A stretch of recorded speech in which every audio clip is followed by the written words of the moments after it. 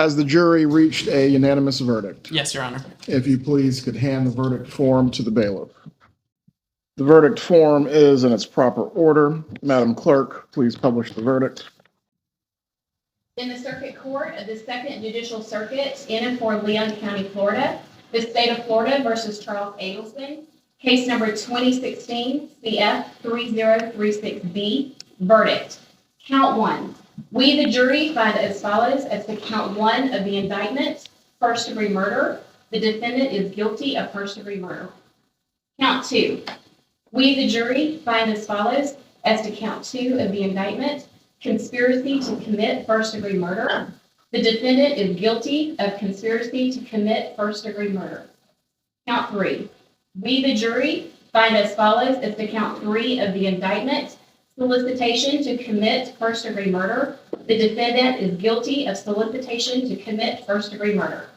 So say we all this 6th day of November, 2023.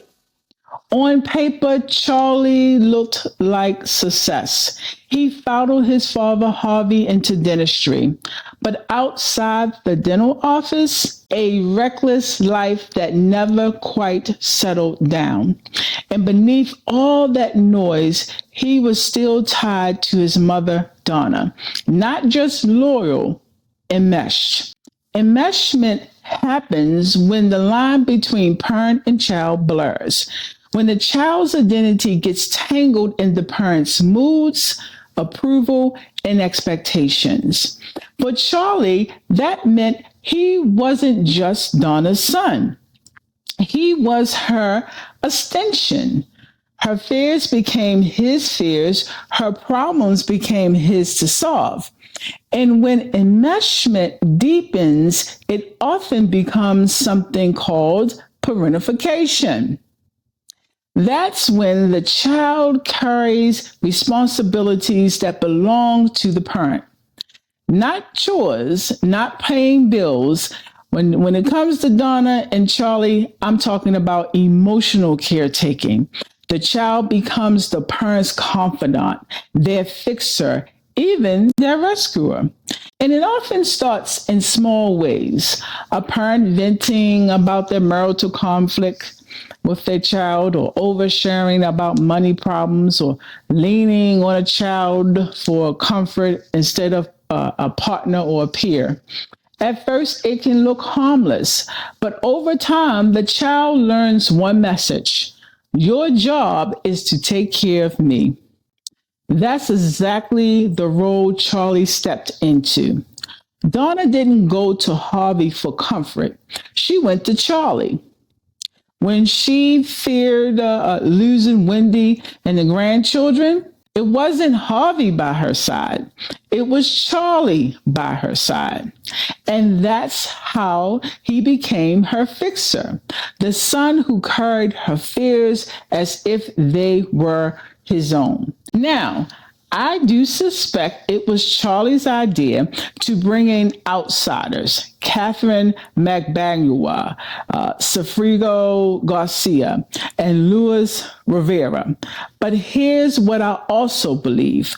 Without Donna's manipulation, complaints, and control, murder may have never come across Charlie's mind. Here's the danger of parentification. Children raised to meet a parent's emotional needs often grow into adults who feel responsible for everyone else's happiness, but have no idea how to manage their own lives. They confuse love with obligation. They believe loyalty means fixing problems at any cost. And in adulthood, it shows up as recklessness, always chasing, always busy, rarely at peace, struggling to build stable relationships because their role has always been to solve crisis, to rescue, to put out fires, not to live a calm life. This is Charlie Adelson at work, a skilled dentist, trained, successful, and respected in his field. By all accounts, he was excellent at what he did. talent and training carried him into a career most would admire. But here's the hard, real talk.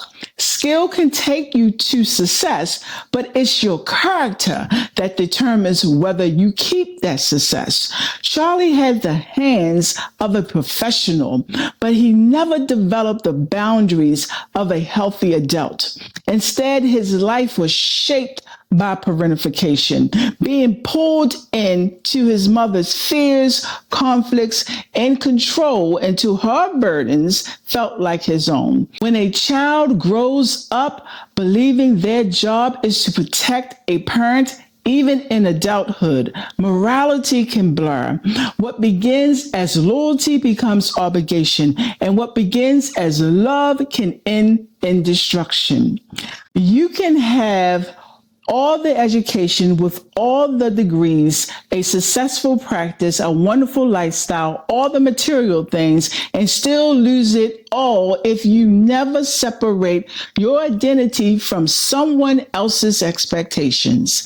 In the end, Charlie didn't just waste his own life, he destroyed another brilliant man's life. He fractured his own family. Now his son is fatherless, and his future will now be behind bars. His story is a painful reminder. True success is not just about talent.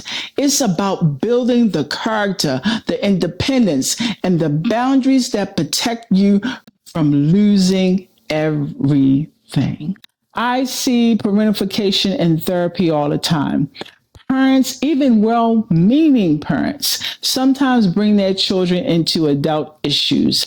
I've seen children brought into therapy sessions, asked to explain or even solve their parents' problems. Most of the time, it isn't malicious. It's loneliness on the parent behalf, or desperation, or simply not knowing any better. But the effect is always the same. Children grow up too fast. They carry emotional weight that was never theirs to carry. That's why boundaries are so important. Years ago, kids were told, go to bed. This is grown folks' business. That separation mattered. It protected kids from worries they were not ready to handle. When children are exposed too soon to adult conflict, they absolutely absorb it. And once absorbed, it will probably shape them for life. And that's how a son, a dentist, a father became a convicted murderer. Parentification robs a child of autonomy.